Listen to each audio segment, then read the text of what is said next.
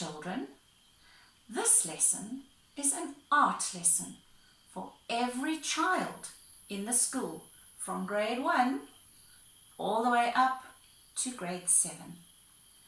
You're going to get the whole week to finish off this task. As you can see, it is the task for the week and it should be finished on Friday, ready to put into a portfolio or a folder to bring to school when school starts again for your teachers to assess. So do it as well as you can. Your teachers will be giving you a mark for the work that you have done. Now today our theme, letters, shapes, patterns. We're going to be doing some art theory while we are doing this task. That's the purpose of this task. Not just to create something beautiful, but to learn something about how art is done.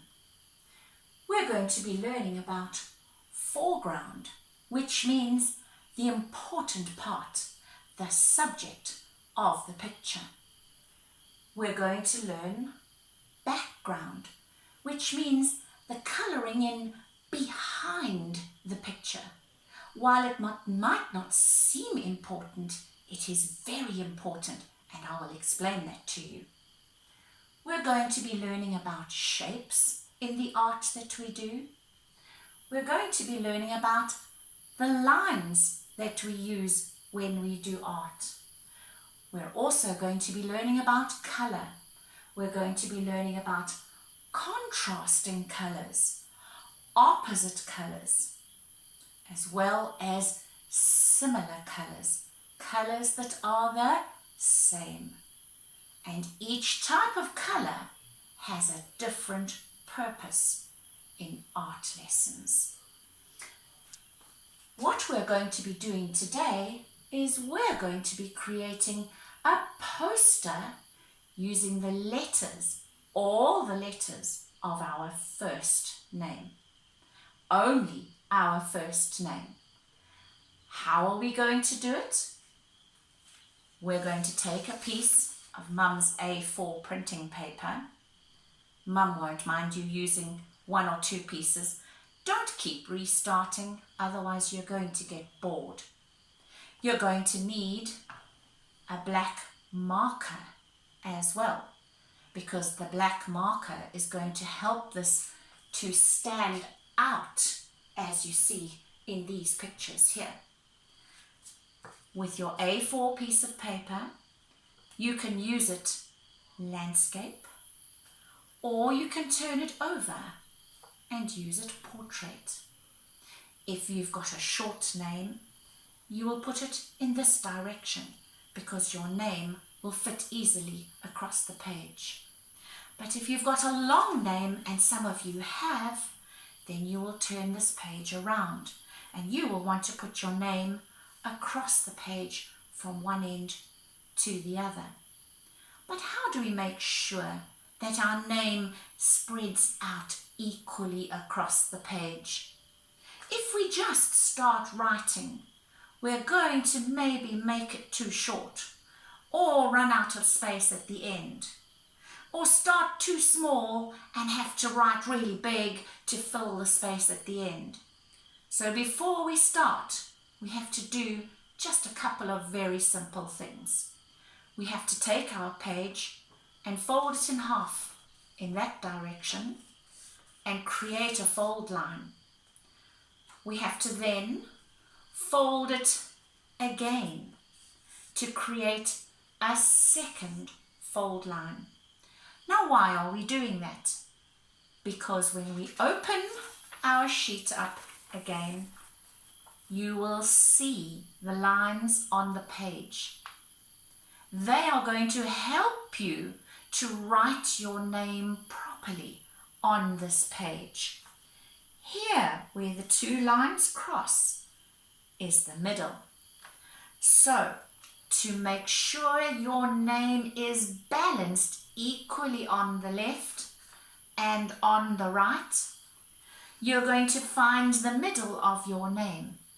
You're going to write the first half of your name on this side and the second half of your name on that side. Then you will have it evenly spread across the page, and the balance of your picture will be much, much better. How we're going to do this? We're going to take all the letters of our first name only, and we're going to write our name across the middle of the page. That's step 1. You can see Luyani here. His name written 1, 2, 3 on this half, 1, 2, 3 on that half. So you can see it is balanced across the page. Then Luyani's mum loves to call Luyani Lulu. Lu, Lu.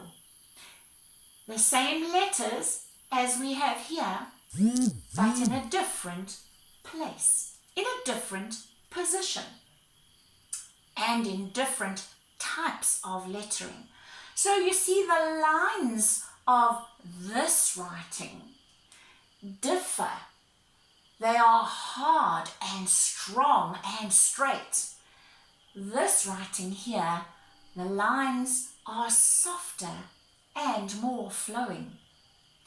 If you look at the shape of the letter across the page, you will see there's a long rectangle. So shapes are created when you do art. You can see a triangle there. You can see a right angle over there. And if you close the N at the bottom and at the top, more triangles.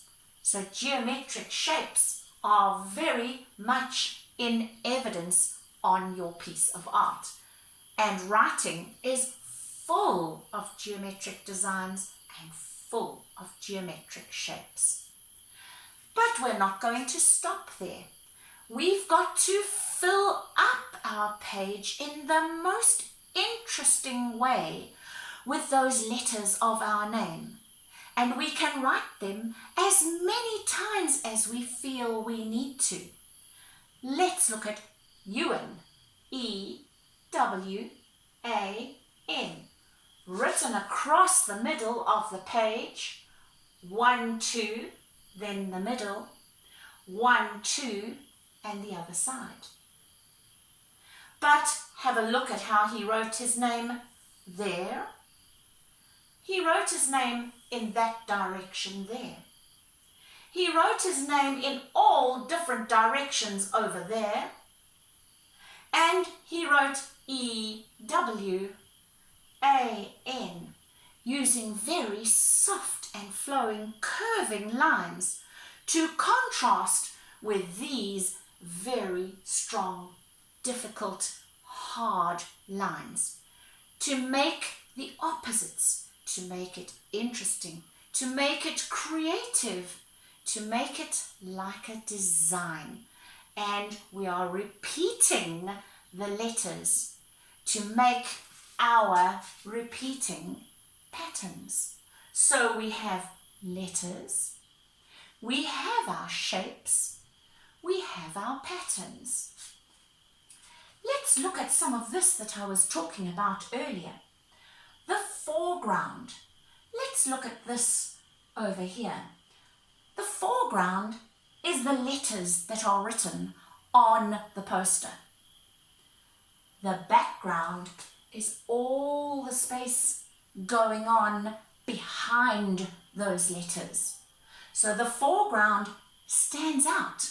It's what interests us. It's what focuses our attention. Whereas the background disappears behind it, but does an important job, because the way you color in your background can help your foreground to stand out better. Then we look at shapes. Do you think Ewan stopped with just the letters? Or do you see how Ewan used his name written in letters all over the page to create interesting shapes and spaces and triangles and clouds all over the page. So now it changes from just being a picture with letters on into being a piece of artwork. And it's beautiful and balanced because he folded it carefully and created lines to help him know where the middle was. And we've got letters on this side, letters on the top and letters on the bottom. We've got letters on this side and more letters on the top and more letters on the bottom. It is now a balanced design. But is it finished? Oh no, it's not finished. We haven't forgotten about colour, have we? We've got to make sure that in amongst all these shapes, all these patterns, and all these different lines, we've got colour to make it even more interesting. Now, the kind of colour we should be looking at on this particular design is contrasting colours. Colours that are opposite to each other, like black and white, like red and yellow, like purple and orange. Colours that contrast so strongly with each other that they make the whole thing come alive and stand out. These are colours that are opposite. They contrast each other and they give it life. They give it spark and they give it interest. As you can see on this picture over here, more pattern has been added around the edge. Contrasting opposite colours have been used. Here is purple in the background, here is orange in the background. Here are lots of different shapes with blue in the background to make the shapes stand out. Here is blue and red so that the pattern contrasts and it stands out. Here is purple and green to make the pattern contrast and stand out. And that, children, is what I'm asking you to do this week, is to make your own name poster. You can see from the examples that I've got that there are lots of different patterns and ways of doing a poster like this. And I'm dying to see all the different ideas that you can come up with. Of course, neatness is very important. The way you colour in, not leaving any white spaces in between, shows you've really taken care to do the best that you can. Pressing nice and hard to get rich, powerful, strong colours. That's what I'm expecting of you. And the older you are, the more detail I'm expecting to see from your work. Grade 1s and 2s and 3s, I'm expecting you to do a simple poster. Grade 4s, a little bit more complicated and more grown up is what I'm expecting from you. And as we go up to grade 7, I'm expecting grade 7s to show me their skills and techniques that they've been learning over the years as far as art theory is concerned. I want to see it there. I want to see you have considered the foreground, used the background, used a variety of shapes and lines, used colour in a creative manner.